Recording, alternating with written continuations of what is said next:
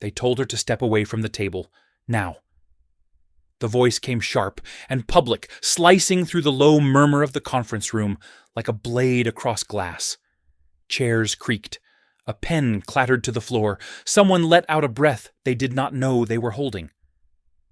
Mary Whittaker stood frozen at the far end of the long oak table, one hand resting on a manila folder, the other tightening around a chipped ceramic mug that read, Lake Erie Sunrise.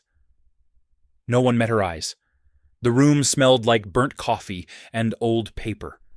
Framed covers of legacy magazines lined the walls, their colors faded by decades of fluorescent light. Harrington Cole Publishing had been here longer than most of the people in it. A company built on opinion, on authority, on the idea that words mattered. Not today. Mary Thomas Reed said again slower this time, as if speaking to someone hard of hearing. He did not raise his voice. He did not have to. This discussion is for core staff. Mary felt the heat rise behind her eyes. She blinked once, twice. She looked down at the folder in front of her. Inside were 3 weeks of revisions, quiet corrections, sourced facts, entire paragraphs rewritten in the margins after midnight. She had not planned to speak. But something in the way he said core staff did it. The way Linda Parker did not look up from her tablet. The way George Whitman stared at the clock on the wall instead of her face. I was asked to review the draft, Mary said. Her voice came out steady, surprising even her. There are factual issues that need to be addressed before it goes to print. Thomas smiled without warmth. A practiced expression. The kind you learn when you plan to move fast and leave people behind. We've already handled it, he said. Thank you for your diligence. Diligence? Linda finally looked up. Her eyes swept Mary from the sensible loafers to the cardigan she had worn 3 winters in a row. We're pivoting, she said. Shorter pieces, shorter. Sharper tone. We can't afford to sound dated. Dated? Mary swallowed. The mug in her hand trembled. She set it down carefully, afraid it might crack. One of the claims in the second section is inaccurate, she said. If it runs as is, it exposes us legally. The word legally hung in the air. George Whitman shifted in his chair. He cleared his throat. Mary, he said gently, the way a man speaks when he wants peace at any cost. Let's take this offline. Offline meant nowhere. Thomas stood. The legs of his chair scraped against the floor. We're on deadline, he said. Please step away from the table. That was when the room went quiet. Mary felt it then. Not anger, not shock. Something colder, something heavier. The slow realization that she was not being corrected. She was being erased. She nodded once. A small movement, controlled. She gathered her folder. Her fingers brushed the edge of the table, where her notes lay, scattered already being slid aside by someone else. As she turned to leave, she caught a glimpse of her reflection in the darkened glass of a framed cover. A woman in her mid-50s, hair pulled back, lines around the eyes earned honestly. She looked exactly like what they thought she was. Invisible. The door closed behind her with a soft click. The hallway outside felt colder, narrower, the hum of printers and distant phones pressed in from all sides. Mary walked past cubicles where conversations paused just long enough to notice her, then resumed at a lower pitch. She kept her gaze forward, her shoulders squared. She reached her desk, a small island at the edge of the floor. No window, no nameplate, just a stack of marked-up pages and a faded photograph taped to the side of her monitor. She sat down slowly. Her hands rested in her lap. For a moment, she did nothing. Then she reached for the phone in her drawer. An old flip phone. She had never replaced it. She did not dial. She only looked at the screen. Across the floor, Linda Parker leaned toward Thomas, her voice barely audible. "She's a liability," she said. "We can't afford people like that right now." Thomas nodded. "She won't be here much longer." George heard them both. He said nothing. He stared at the quarterly report, glowing on his monitor, the numbers bleeding red. He told himself this was survival. He told himself it was temporary. Mary exhaled slowly. She opened the folder again, read the line they had dismissed, the one that could sink them. Her pen hovered over the margin. She made the correction anyway. Habit was hard to break. At noon, she carried her lunch to the break room. The refrigerator door was covered in notices, policy updates, a flyer about restructuring, a printed email announcing an all-hands meeting next week. She opened her lunch bag. Soup, homemade, the kind that takes hours and patience. She sat alone at the far end of the table. 2 younger editors entered. They stopped when they saw her. One whispered something. The other laughed under her breath. They chose the counter instead. Mary took a spoonful. The soup was still warm. Her phone vibrated. Once. She did not look at it right away. She finished the bite, swallowed. Then she flipped the phone open. A single missed call. No voicemail. The name on the screen read Robert. She closed the phone. Her hand lingered on it. 3 floors above, in a glass office that had once belonged to the founder himself, a man stood alone, looking out over the city. Robert Caldwell rested his palm against the window, watching the river cut through Cleveland like a dark vein. He had not been in this building in over a decade. He listened as the firm he now quietly controlled devoured one of its own. The camera, if there had been one, would have pulled back then.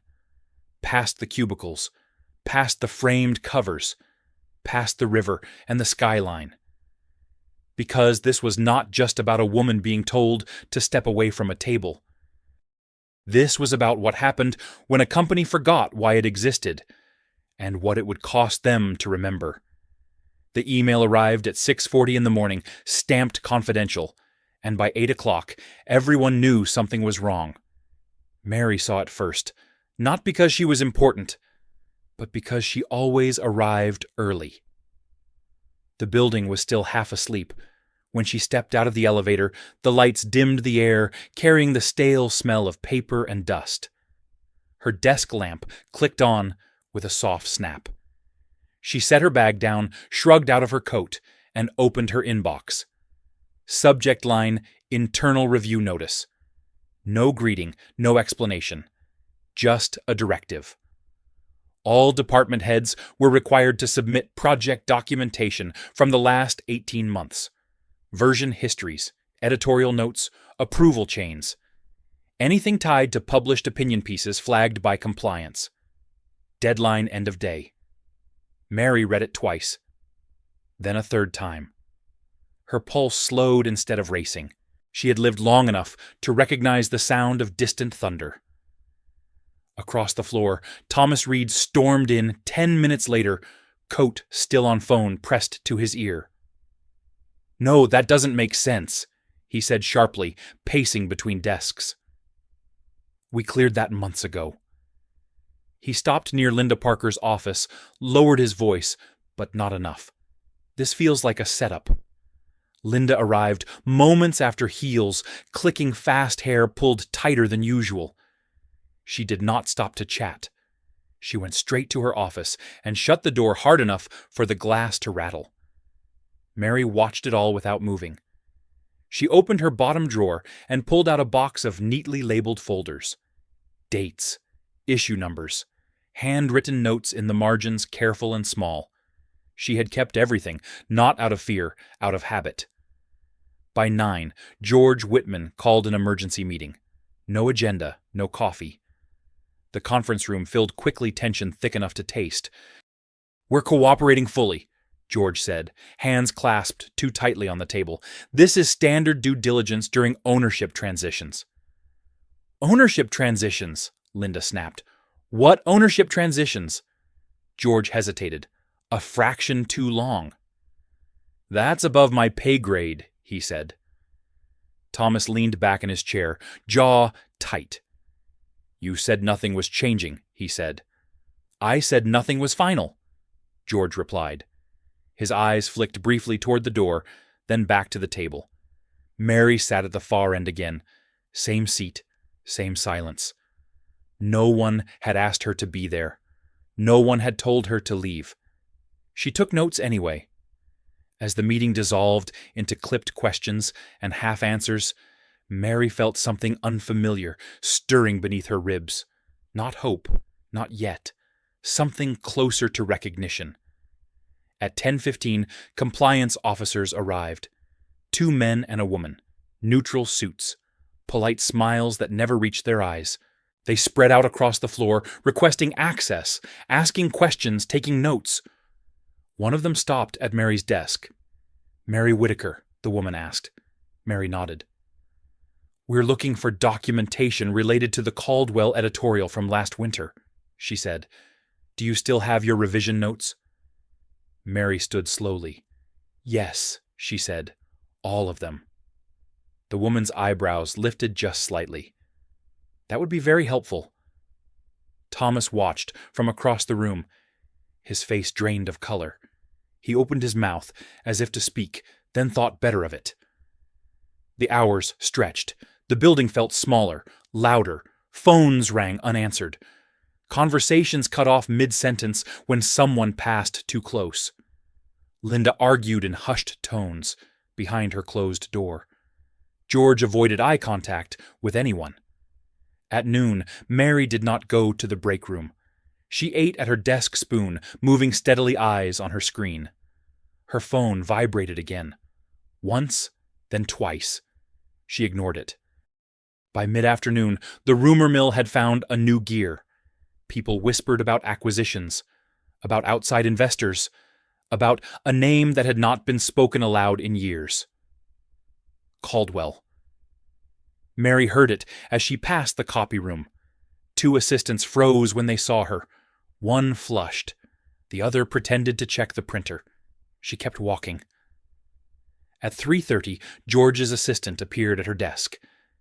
"Mary," she said softly, "Mr. Whitman would like to see you." Mary closed her folder, smoothed the edge, stood. George's office smelled faintly of lemon cleaner.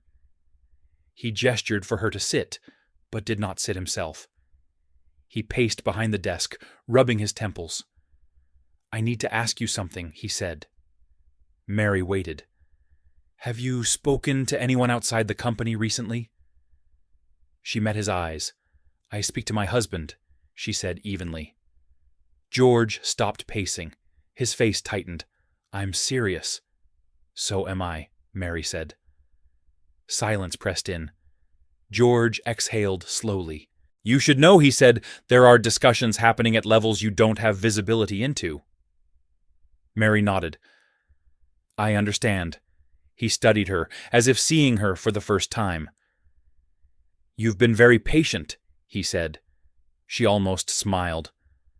At 4:45, the announcement came. A company-wide email, mandatory all-hands meeting tomorrow morning. Attendance required. The subject line read, "Leadership Update." The building exhaled as one, some with relief, some with dread. Mary shut down her computer at 5:30. She slipped on her coat, picked up her bag, and walked toward the elevator. The doors were about to close when a hand stopped them. Robert Caldwell stepped inside. The space between them felt suddenly charged. He looked older than she remembered, or maybe just more tired. His hair was grayer at the temples, his suit understated, his presence unmistakable. They did not touch. They did not speak. Not yet. The elevator descended in silence. The hum of the cables filled the space. Mary stared at the floor. Robert watched the numbers tick down. When the doors opened, he finally spoke. "I didn't want it to happen this way," he said. Mary nodded.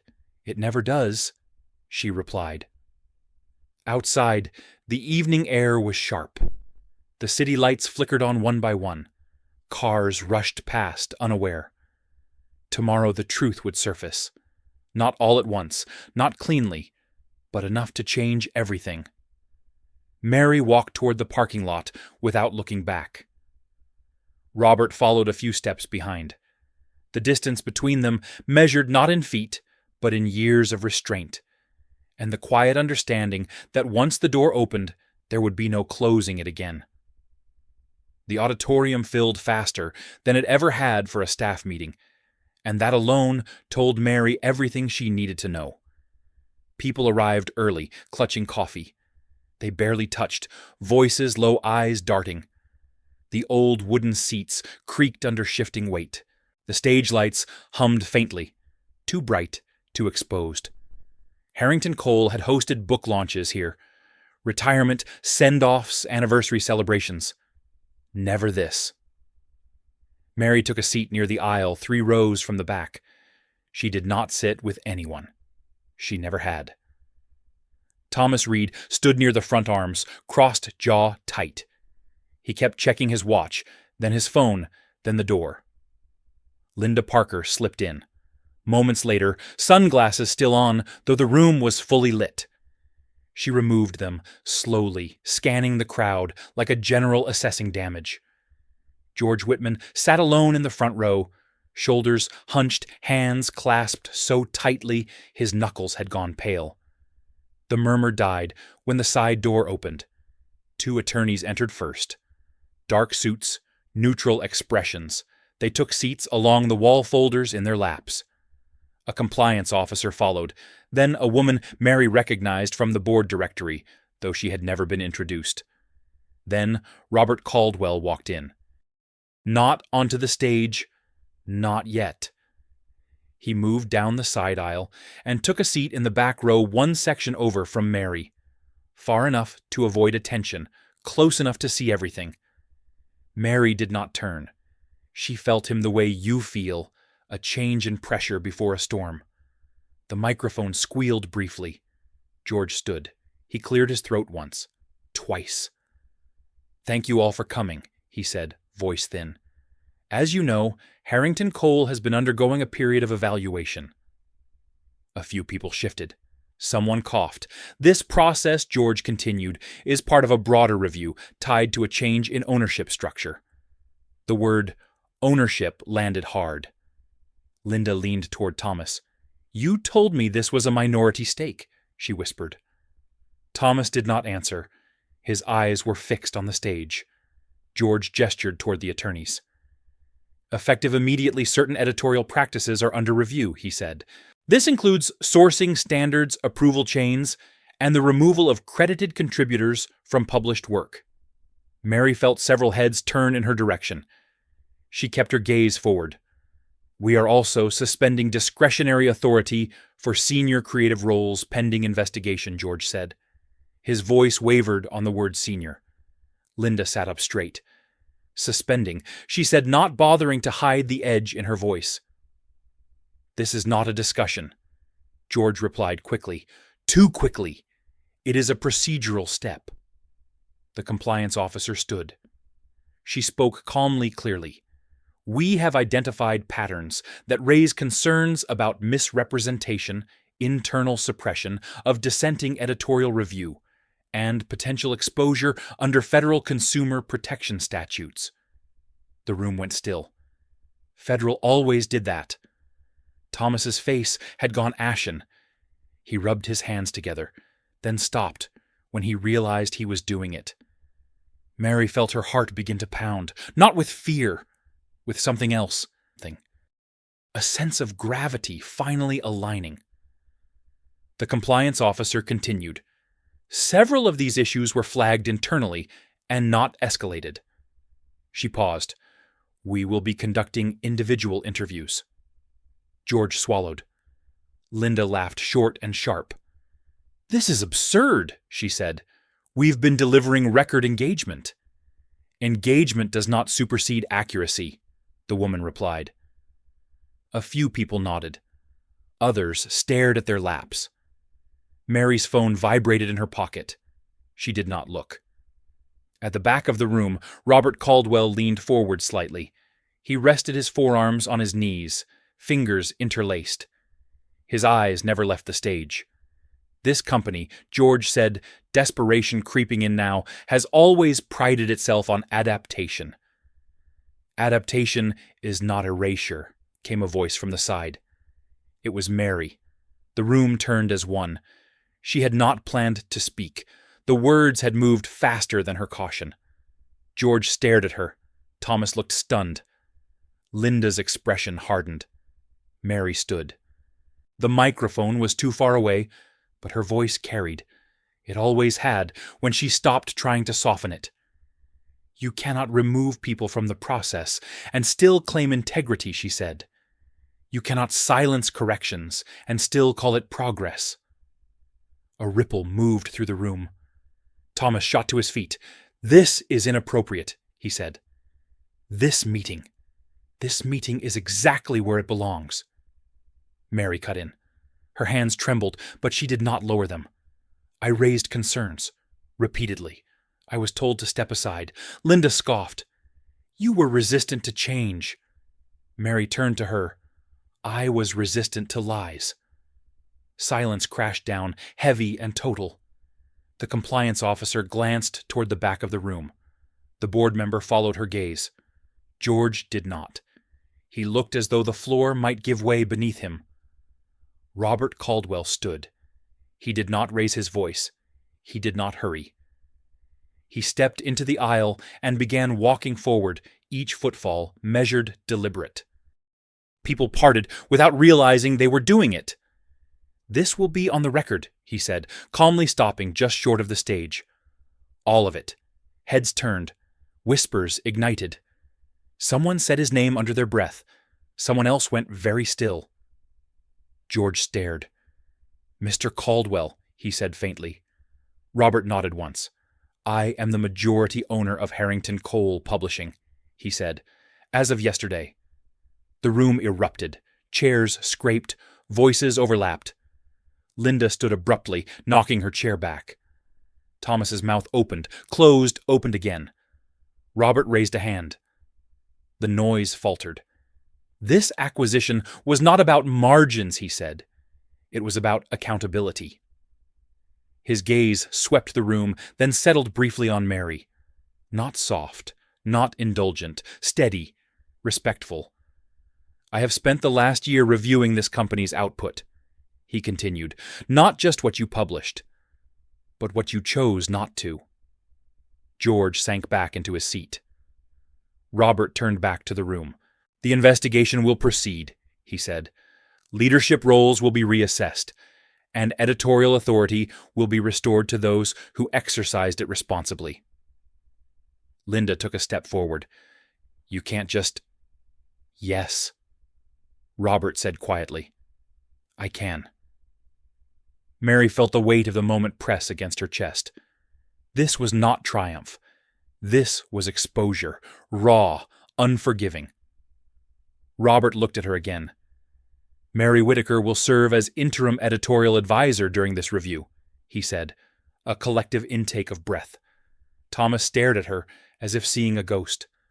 Linda's face flushed, then drained. George closed his eyes. Mary remained standing. She did not smile. She did not nod. She simply met Robert's gaze and held it. Outside, the city kept moving.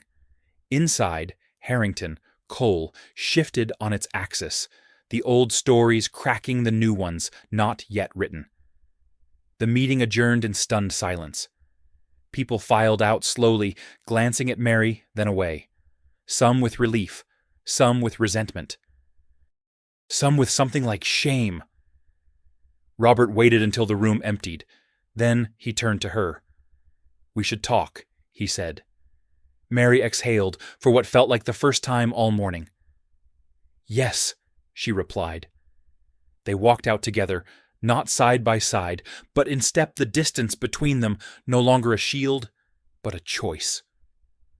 The first office Mary was given still smelled like the man who had occupied it before her. Stale cologne, old leather, the faint metallic tang of panic that no amount of air freshener ever quite erased. The nameplate on the door had already been removed, but the outline remained a pale rectangle on darker wood, like a ghost that refused to leave. Mary stood just inside the threshold, her hand resting on the frame, breathing it in. This was not a victory. It was a responsibility with sharp edges. She set her bag down slowly. The office was larger than her old cubicle by a cruel margin. A wide desk, 2 chairs for visitors, a window that looked out over the River Gray and moving indifferent to everything happening inside the building. The phone rang before she could sit. Mary stared at it for a moment, then picked it up. "Mary Whitaker," she said. Mary Roberts' voice replied, calm, controlled. "Legal will be here in 10 minutes. Human resources right after. I want you present for both." She closed her eyes briefly. "Understood." "And Mary," he added, softer now, but no less firm, "this will get harder before it gets easier." She almost laughed. Almost. By noon, the floor had split into camps. You could see it in how people moved, who whispered to whom, who avoided eye contact. The open plan office that had once pretended at collaboration now felt like a courtroom during deliberation. Thomas Reed was called in first. Mary watched him pass through the glass walls, his shoulders stiff, his steps too quick. He did not look at her. He did not have to.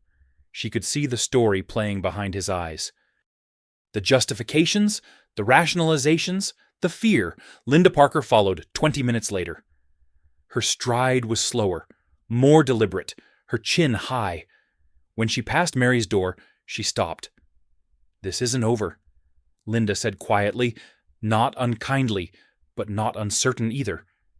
Mary met her gaze. "It never is," she replied. Linda hesitated, then moved on. The door closed behind her with a muted click. George Whitman did not come at all. His assistant left a message saying he had taken sick leave effective immediately. Mary read the email twice, then forwarded it to Robert without comment. By mid-afternoon, Mary's desk was buried under files. Old approvals, red-lined drafts, emails printed out and highlighted. She moved through them methodically, her mind sharp, her body lagging behind. Every document told a story. Every omission did too. She found the pattern by 4 o'clock. It was not dramatic. It never was. A sentence here, a source removed there. A correction delayed until the window for impact had passed. Not lies shouted from rooftops. Truths quietly strangled. Her phone buzzed again. Robert stood in the doorway. Moments later, jacket off, sleeves rolled up. He looked like a man who had been carrying weight too long and had finally decided to set it down regardless of the noise it would make. "You see it," he said. "Yes," Mary replied. He nodded. "We'll need to disclose." "I know." Silence settled between them, heavy, but not hostile. Outside, a boat cut through the river, leaving a brief white scar in its wake. "Do you regret it?" he asked suddenly. She did not ask what he meant. "No," she said. "But I understand the cost." Robert watched her closely. "They'll come after your credibility," he said. "They'll say this is personal." "It is," Mary replied. "That doesn't make it wrong." A knock interrupted them. Human resources. The woman who entered was young, but her eyes were tired in the way that came from being asked to enforce consequences no one wanted to own. "We're ready to proceed," she said. The meetings blurred together after that. Statements taken, timelines reconstructed, temporary suspensions enacted, Thomas's authority revoked pending review, Linda placed on administrative leave, George's sick leave converted to mandatory absence. Each decision landed like a stone dropped into water, ripples, murmurs, the occasional sharp splash of protest. Mary signed her name more times than she could count. Her hand cramped. She welcomed the pain. It anchored her. By the time the sun dipped low, the building felt hollowed out. Fewer voices, slower footsteps. the kind of quiet that followed upheaval when everyone waited to see what would survive. Mary stood alone in her office. The lights dimmed automatically around her. She looked at her reflection in the glass. She looked tired, older, more present. Her phone rang. Not Robert. It was her sister. "Are you okay?" the voice asked without preamble. Mary leaned back in her chair. "I think so," she said. "I saw the news," her sister continued. "They're already talking." "I know." There was a pause. "You didn't have to do this," her sister said. Mary closed her eyes. "Yes," she replied, "I did." When the call ended, she sat there for a long moment, listening to the hum of the building. Then she reached into her bag and pulled out the old photograph she kept folded in her wallet. She set it on the desk, a younger Mary, a younger Robert, standing in front of a bookstore that no longer existed, both of them unaware of how much silence they would one day have to endure to get here. The door opened softly. Robert stepped in, carrying 2 cups of coffee. He set one down in front of her. "You forgot to eat," he said. "So did you," she replied. They stood there, not touching the distance between them, smaller now, but still deliberate. "This isn't the end," Robert said. Mary nodded. "It never is." Outside, the city lights reflected on the river, fractured, restless. Inside, Harrington Coal, the old order, lay dismantled its pieces, still sharp, still capable of cutting. Mary picked up her pen and turned back to the files. Tomorrow, there would be backlash, lawsuits, editorial battles that would test every line she had drawn. But tonight, for the first time in years, the words on the page felt honest again. The backlash began, before sunrise quiet at first, then relentless. Mary woke to the sound of her phone vibrating against the nightstand, once, twice, then again, the screen lighting the dark room in pale pulses. She did not reach for it immediately. She lay still, listening to the old house settle the faint hum of traffic, outside the sound of her own breathing. When she finally picked it up, there were 12 missed calls, 3 voicemails, dozens of emails. She sat up slowly and read the subject lines without opening them. Editorial coup, conflict of interest, whistleblower, or weapon. One message from a former colleague carried no subject at all, just a single line in the preview. "You ruined everything." Mary set the phone down. She swung her feet to the floor and stood the wood cold beneath her soles. In the bathroom mirror, she barely recognized the woman looking back. The lines around her eyes were deeper, her jaw tighter, but her gaze held. It did not flicker. By the time she reached Harrington, Coal news vans were already parked across the street. Cameras rested on shoulders like loaded questions. A producer pointed when she stepped out of her car. Someone called her name. She kept walking. Inside, security had doubled. The lobby felt unfamiliar, stripped of its usual chatter, replaced by the low murmur of crisis. Mary passed the front desk without stopping. The receptionist, a young woman who had once barely looked up at her, stood straighter now, eyes wide, respectful. "Good morning, Miss Whitaker," she said. Mary nodded and kept moving. Her office door was already open. Someone had been inside. Files stacked neatly on the desk, a legal pad centered with a note written in Robert's hand. "We start at 9. Don't read the comments." She almost smiled. At 8:30, the first op-ed hit the wire. An anonymous source described an aging editor leveraged by her wealthy spouse to dismantle a progressive leadership team. By 9:15, a second piece reframed the story as a power grab disguised as ethics. At 10, a cable news segment ran footage of Mary entering the building, freeze framing her face beneath a chyron that read, "Editorial shakeup sparks outrage." Mary watched none of it. She read the documents instead. The meeting room filled with lawyers, internal counsel, external firms, Faces she had never seen before, all intent, all precise. Robert sat at the head of the table, his expression unreadable. Mary took the seat beside him, not as his wife, not as his shield, but as the woman whose name now carried weight. "We need to address perception," one attorney said. "This will be framed as nepotism unless we control the narrative." Mary folded her hands. "Then we tell the truth," she said. The attorney hesitated. "The truth is complicated." "So is this," Mary replied. Robert watched her carefully. "She's right," he said. "We disclose the process, the timeline, every safeguard we put in place." Another lawyer leaned forward. "That won't stop the attacks." "No," Robert said, "but it will survive them." By noon, Thomas Reed had released a statement through his own counsel. He expressed shock, disappointment, claimed he had been sidelined without due process. Linda Parker followed an hour later, her words sharper, her tone wounded. She accused the company of abandoning innovation in favor of nostalgia. George Whitman said nothing. His silence spoke louder than any press release. Mary ate lunch at her desk, untouched soup growing cold.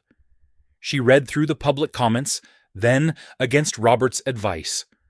Some were cruel, some were thoughtful. A few recognized the pattern she had named. Most did not.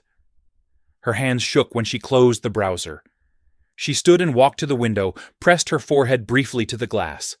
Below, people moved with purpose, unaware of the small war unfolding above them. Her phone rang, a number she did not recognize. She let it go to voicemail. The message came moments later. "You think you're better than us now?" The voice said low and bitter. "You think money makes you right." Mary deleted it without replaying. At 3, Robert asked her to step into his office. The door closed behind them, sealing out the noise. "They're circling," he said. "I know." He studied her face. "If you want to step back, no," Mary said. The word landed hard. "I spent years stepping back." He nodded. "Then we keep going." The next meeting was worse. A group of senior editors' faces, drawn voices tight. One accused her outright of betraying the profession. Another asked if she truly believed the company could survive this fracture. Mary listened. She let the anger wash over her. When she spoke, it was quiet. "This company has survived wars," she said. "It has survived scandals. It will survive honesty." One man laughed bitterly. "And what about you?" he asked. Mary met his gaze. "I will survive this too." The day dragged on, each hour heavier than the last. By early evening her head throbbed. Her shoulders ached. The adrenaline that had carried her through began to ebb, leaving exhaustion in its wake. She gathered her things and left after dark. The cameras were gone, the street quiet again.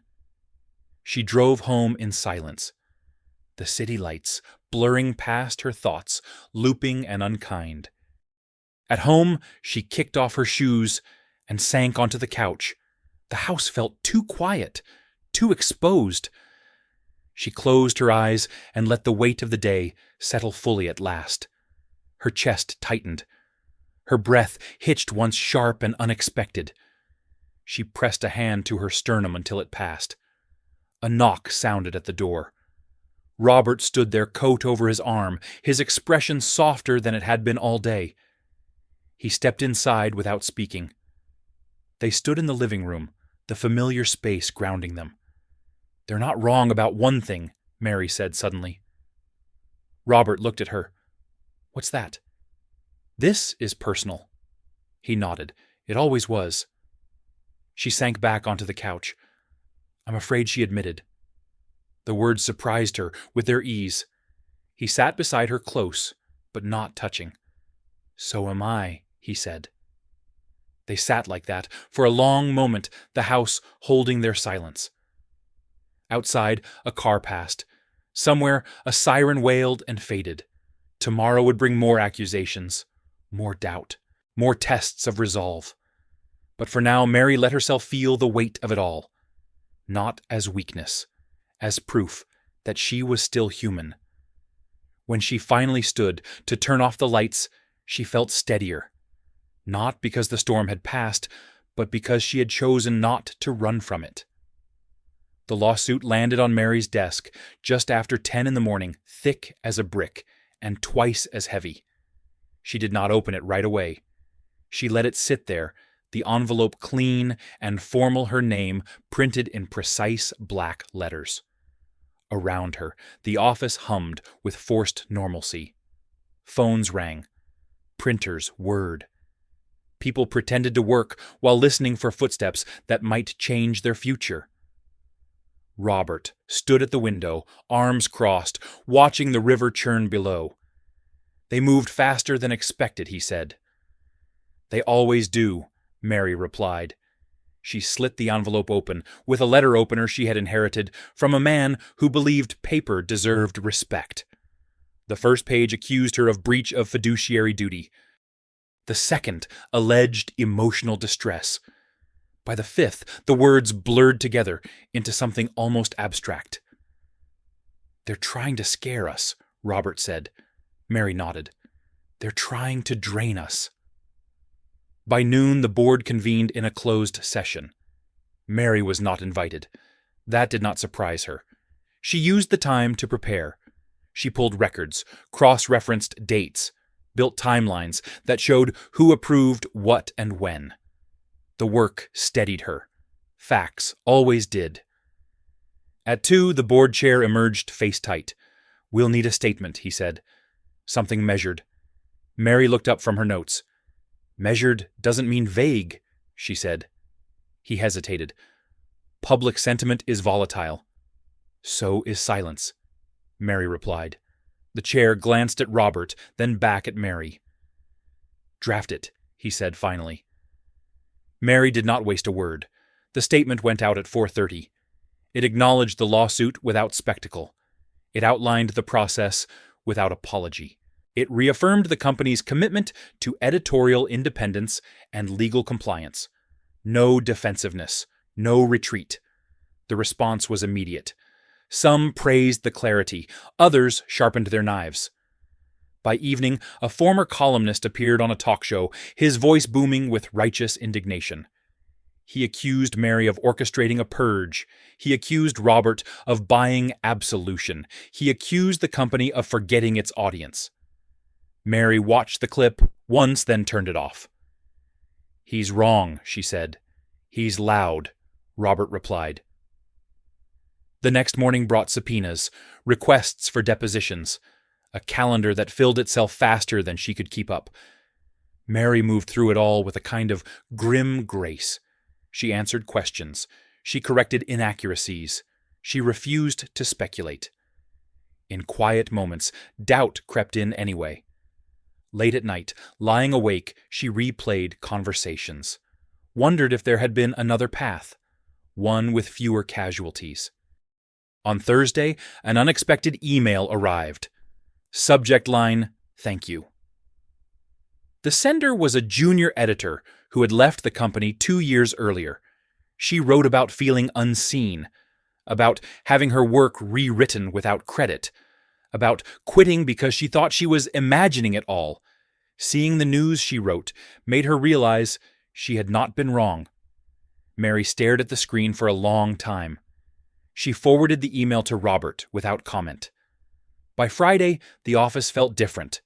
Not calmer, more honest. People spoke more carefully, meetings ran longer, decisions were documented. The old shortcuts lay abandoned, exposed to light.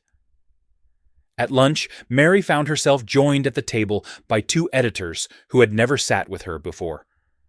They spoke quietly, asked questions, listened to the answers. It was awkward, real. She welcomed it. The deposition was scheduled for Monday. Mary spent the weekend preparing. She sat at the dining table with stacks of documents, the house silent around her. Robert checked in often, bringing water, reminding her to eat. On Sunday night, she paused over a page and rubbed her temples. "What if they're right?" she asked softly. Robert sat across from her. About what? That this is personal, she said. That I can't separate it. He considered her carefully. You didn't make it personal, he said. They did. Monday arrived gray and unyielding. The conference room where the deposition took place felt too small for what it held. Lawyers lined the table.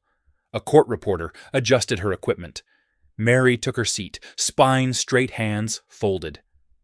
State your name for the record, a voice said.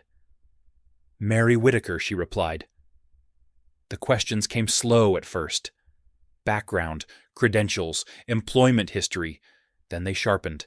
Intent, influence, motivation. Isn't it true, the opposing attorney asked, that your actions directly benefited your husband's investment? Mary met his gaze. My actions benefited the truth, she said. Any benefit beyond that was incidental. He pressed. You expect us to believe that your marriage had no bearing on your decisions?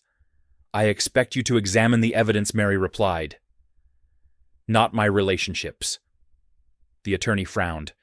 He tried another angle. Did you ever feel resentful toward management? Yes, Mary said. A murmur rippled through the room. Robert stiffened. Why, the attorney asked quickly. Because they ignored documented errors, Mary said. Because they suppressed corrections. Because they told me to step away when I raised concerns. The room went quiet. The court reporter's fingers flew. When it ended, Mary felt hollowed out. She gathered her papers with shaking hands. Robert met her at the door. He did not speak until they were outside, the cold air cutting sharp and clean. You did well, he said. I told the truth, she replied. That afternoon, something unexpected happened. A major advertiser withdrew support, citing uncertainty. Panic spread. Calls were made. Voices raised. Mary watched the scramble from her office, jaw set. They're testing us, she said. Robert nodded. So we hold. The next day, another advertiser followed suit. Then a third surprised everyone by issuing a statement of support, praising the company's stance on integrity. The tide did not turn. It wavered. That was enough. On Wednesday, a former board member resigned publicly, citing disagreements with past practices. The lawsuit still loomed, but cracks had formed. Light seeped through. That night, Mary sat alone in her office, long after the lights dimmed. She opened a drawer and found the chipped mug she had carried for years. Lake Erie Sunrise. She held it in both hands, feeling its warmth. She thought of the moment she had been told to step away from the table, of how small the room had felt, of how heavy silence could be. Now the building creaked with movement, with argument, with possibility. Mary took a sip of cold coffee and smiled just slightly. The battle was far from over, but the ground beneath her feet felt solid again. The settlement talks collapsed before lunch, and with them any illusion that this fight would end quietly. Mary heard the news from Robert's tone before he said the words. He stood in her doorway jacket, still on tie-loosened eyes, sharp with a kind of restrained fury he rarely showed. They walked, he said. They want blood. Publicly. Mary nodded once. She had expected it. There was a certain pride in people who believed they had already lost nothing. Then they'll have to explain themselves, she said. By mid-morning, the leak hit. An internal memo, selectively edited, appeared online. Headlines followed within minutes. Claims of internal dissent. Allegations that Mary had strong-armed decisions behind closed doors. A phrase repeated again and again, quoted without context, editorial control consolidated. The phones started ringing. Not one at a time, all at once. Mary shut her office door and let it ring. She opened the memo on her screen and read it carefully. She recognized the cadence, the clipped phrasing. Thomas Reed had always written like that when he wanted to sound authoritative. "Of course," she murmured. Robert paced the hall outside Fielding, calls his voice low but unyielding. Mary listened, without eavesdropping, attuned to the rhythm of crisis. She had lived in it long enough to recognize its patterns.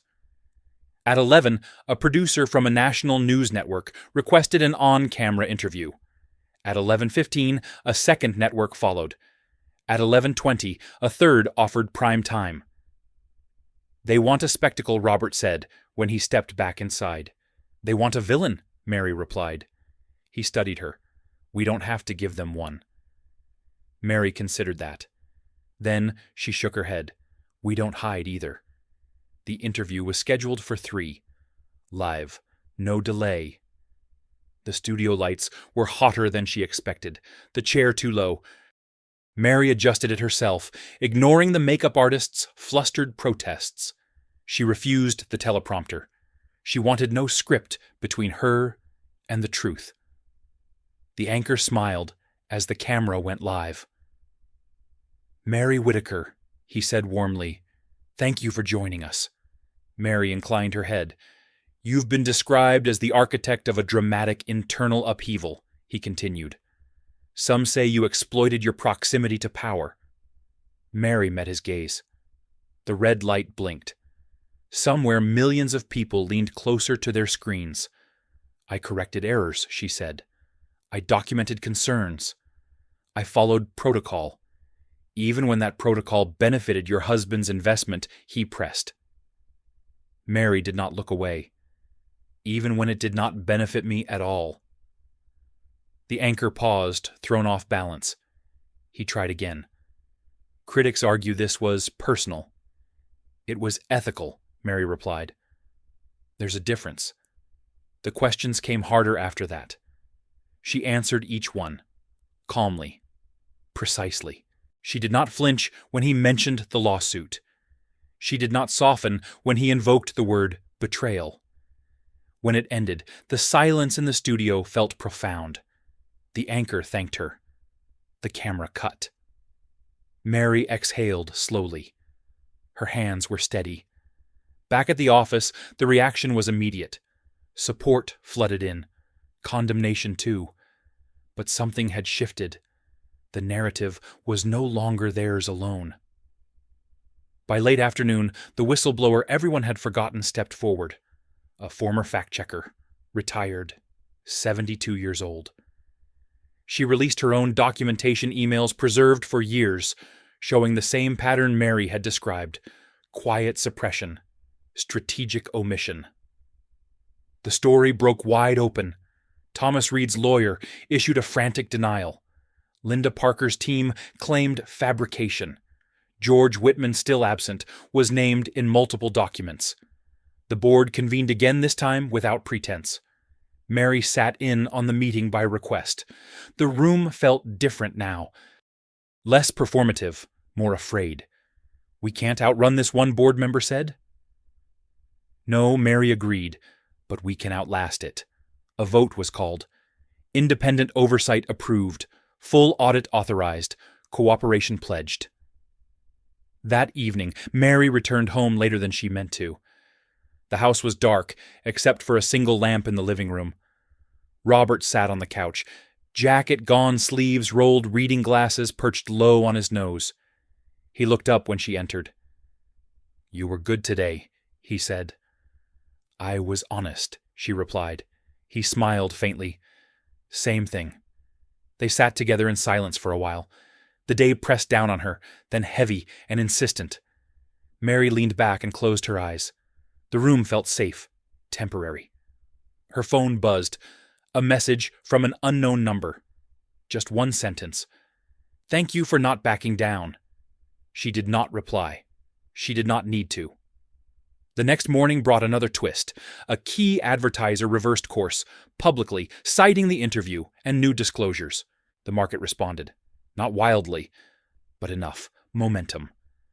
By noon, Thomas Reed requested mediation. Linda Parker went silent.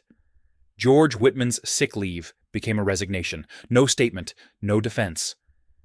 Mary read the resignation email twice. She felt no triumph, only a dull ache. This was the cost of choosing to see clearly. In the afternoon, she walked the floor for the first time since the crisis began. People looked up as she passed. Some nodded. Some looked away.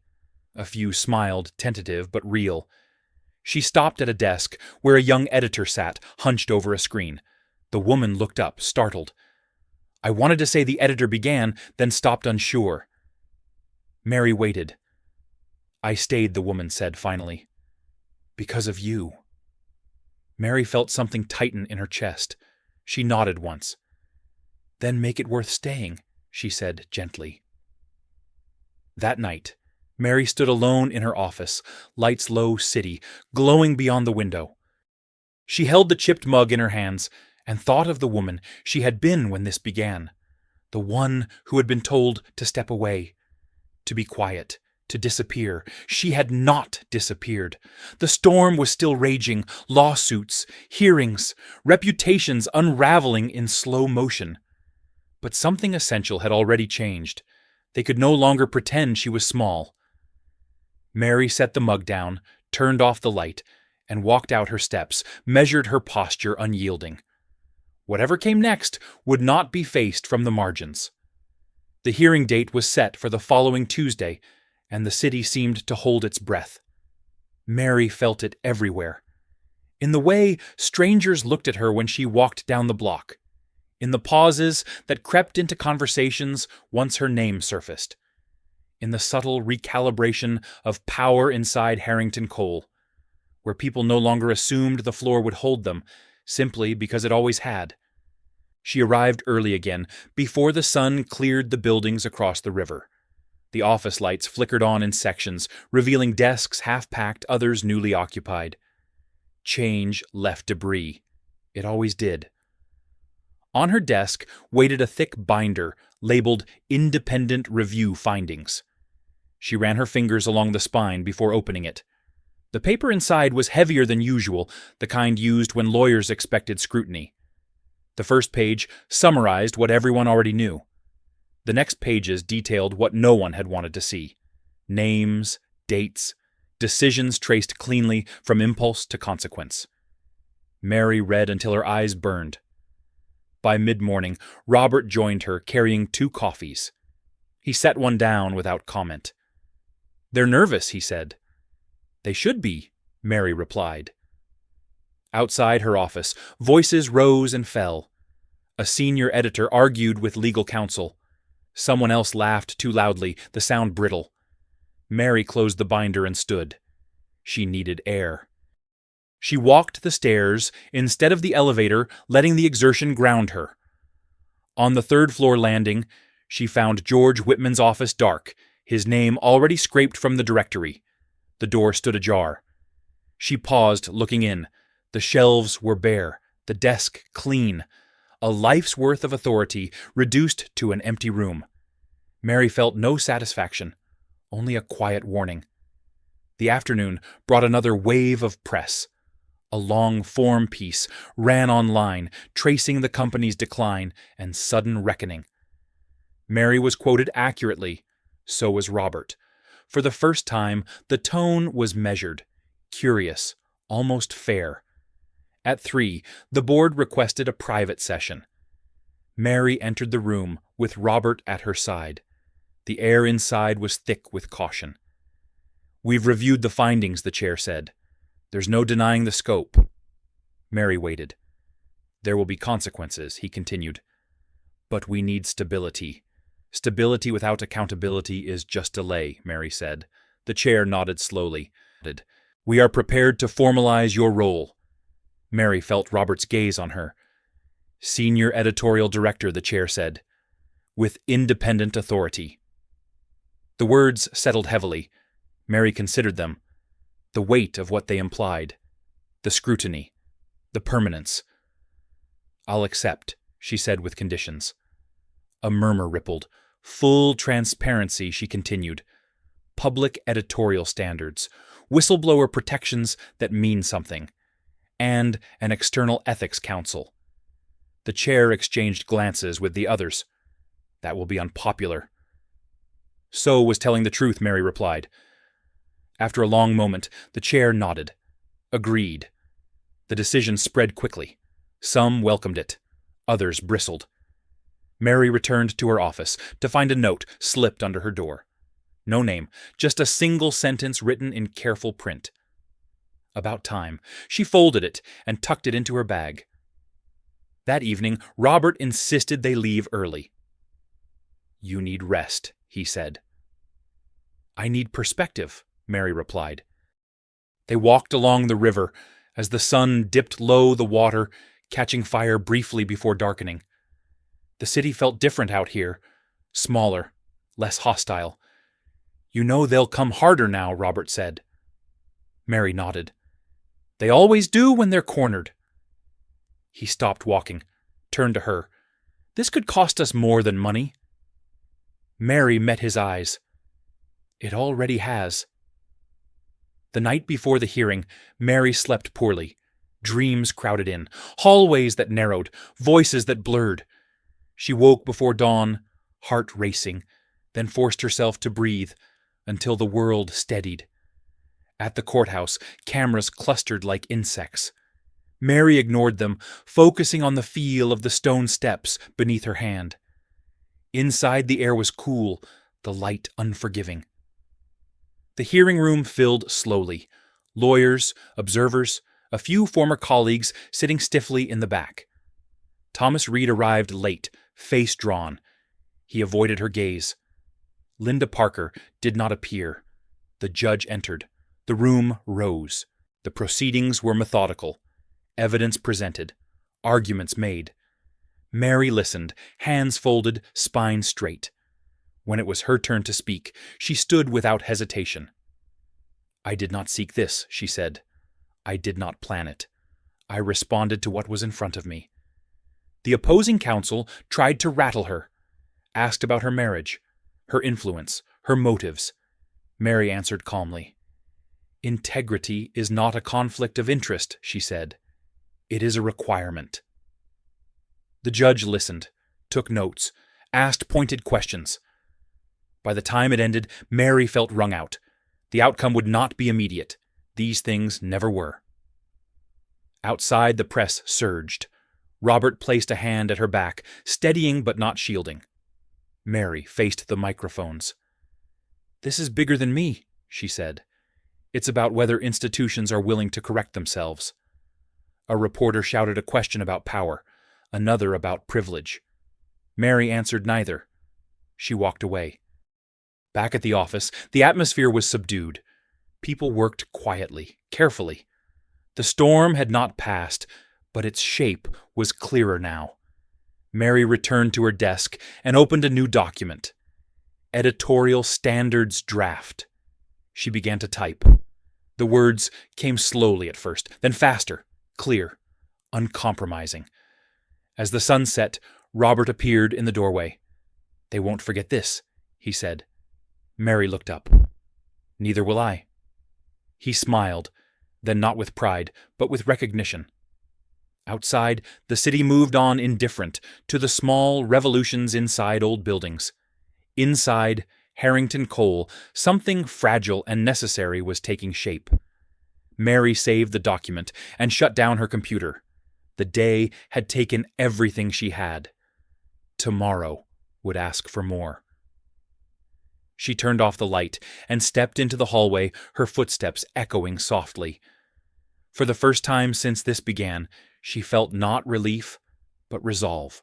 Whatever verdict came, whatever price remained to be paid, she would not step away again.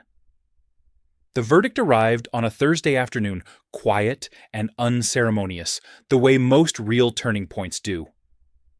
Mary was alone in her office when the call came through. No dramatic announcement, no raised voices, just a measured explanation from counsel, careful words, chosen to withstand scrutiny. Portions dismissed, others proceeding. No finding of personal misconduct, no injunction against her role. The case would continue, but the spine of the accusation had snapped. Mary closed her eyes and listened until the voice on the other end finished speaking. She thanked them. She hung up. She sat very still. Outside her window, the river moved the same way it always had, indifferent, persistent. The news spread through Harrington Coal in waves, not cheers, not relief, something subtler, a recalibration. People exhaled without realizing they had been holding their breath. Others stiffened, realizing the ground beneath them had not shifted back to where it used to be. Robert knocked once and stepped inside. He did not ask. He already knew. He saw it in her posture, in the way her shoulders had finally lowered an inch. "It's not over," he said. "No," Mary replied, "but it's decided enough." He nodded. He did not smile. Neither did she. This was not the kind of moment that invited celebration. It invited consequence. Within an hour, the board convened again. This time, there was no theater, no defensiveness, just a sense of inevitability. The findings had emboldened them, but they had also stripped away excuses. "The company needs to move forward," the chair said, "and it needs to be clear about how." Mary listened. She spoke only when asked. When she did, her words were spare, exact. She outlined the next steps with the precision of someone who understood that trust once damaged did not return on command. Independent oversight would remain. Editorial standards would be public. Corrections would be issued without delay or dilution. No more quiet rewrites. No more buried disclaimers. When the meeting ended, the chair lingered. "You've changed this place," he said. Mary met his gaze. "It changed itself," she replied. The first formal resignations followed that evening. Not forced, chosen. One senior editor cited exhaustion. Another spoke of philosophical differences. Their emails were polite, vague, final. Mary read them carefully. She felt the loss even where she did not feel regret. The following week brought smaller reckonings. Apologies delivered awkwardly in hallways, avoided conversations, long looks that never quite resolved into words. Mary did not demand remorse. She did not chase reconciliation. She allowed people to find their own footing or not. One afternoon, Thomas Reed appeared at her door. He looked thinner, older. His confidence had frayed at the edges. "I won't take much of your time," he said. Mary gestured to the chair across from her desk. He sat, hands clasped tightly. "I thought I was doing what was necessary," he said, "to keep us relevant." Mary waited. "I didn't think about who I was silencing." He continued. His voice caught just slightly. "I didn't think it was you." Mary studied him. The room was quiet. "You didn't have to think it was me," she said. "You just had to think." He nodded. He stood. "For what it's worth," he said, "I'm sorry." Mary inclined her head. "So am I," she replied. He left without another word. The press cycle moved on, as it always did. Another scandal. Another outrage. Harrington Coal faded from the front page, but the work did not fade with it. The days grew longer, the nights quieter. Mary spent hours with junior editors, reviewing drafts line by line, teaching without sermonizing, asking questions instead of issuing decrees. She insisted on documentation, on dissent, on the discomfort that came with doing things correctly rather than easily. Some days it exhausted her. Other days it reminded her why she had chosen this life in the first place. At home, she and Robert spoke less about the crisis and more about ordinary things. The leaky faucet, the neighbor's new dog, the book she was rereading, slowly savoring instead of skimming. The distance between them softened, not because the strain was gone, but because it no longer needed to be guarded. One evening, as they sat on the back porch, watching the sky dim, Robert broke the silence. "Do you ever wish you had stayed invisible?" Mary considered the question. She thought of the conference room, the folder, the moment she had been told to step away. "No," she said, "but I understand why I did." He reached for her hand. She let him. The final chapter of the lawsuit, resolved quietly months later. A settlement. No admission of wrongdoing, no victory lap, just an agreement to stop bleeding. Mary signed the papers without ceremony. She did not keep a copy. The day the case closed, she walked the floor again, not to inspect, not to assert, just to be present. People nodded, some smiled.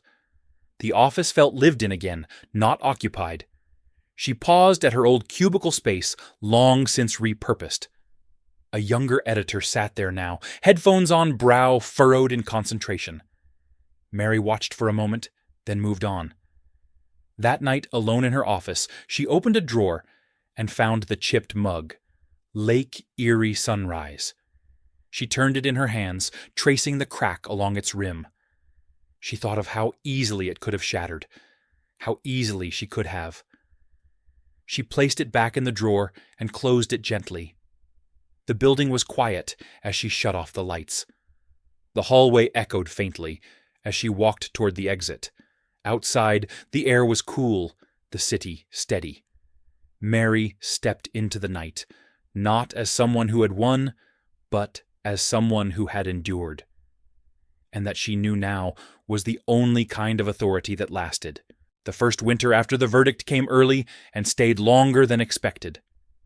Snow pressed against the windows of Harrington Coal, muting the city, slowing footsteps, forcing people to look inward. Mary arrived before dawn, as she always had, coat-heavy breath visible in the cold air as she unlocked the door. The building greeted her with silence that no longer felt hostile. It felt earned. She moved through the halls, without hurry lights, flicking on behind her in measured sequence. The office had changed in ways that did not announce themselves. Fewer empty smiles, more open doors. Meetings that ran long, because disagreement was no longer treated as disruption. Mary set her bag down and opened the file she had been working on for weeks. Not an investigation, not a correction. A memoir submission from a retired steelworker. Plain language, hard truth. The kind of voice Harrington Coal had once claimed to champion and quietly sidelined when it stopped being convenient. She read slowly, carefully. When she finished, she closed the folder and sat back, hands resting on the desk. This was the work now, not undoing harm, but refusing to create new versions of it. Down the hall, a junior editor knocked softly and stepped inside. "The Ethics Council draft is ready," she said, a trace of pride in her voice. Mary nodded. "Send it to legal, then circulate it company-wide." The editor hesitated. "Thank you," she said. Mary met her gaze. "For what?" "For staying," the woman replied. Mary watched her leave. The door closed gently, not in retreat, but in rhythm with the space they now shared. At midday, Robert stopped by. He no longer announced himself. He no longer hovered. He leaned in the doorway, watching Mary read, watching the way her attention anchored the room. "You're late for lunch," he said. "I am exactly where I should be," Mary replied. He smiled, the quiet kind that did not demand anything back. Outside, the press cycle had moved on entirely. New scandals, new villains. Harrington Coal existed again in the background, where institutions either did their best work or rotted unseen. Mary preferred the background. That afternoon a package arrived, no return address. Inside was a single book.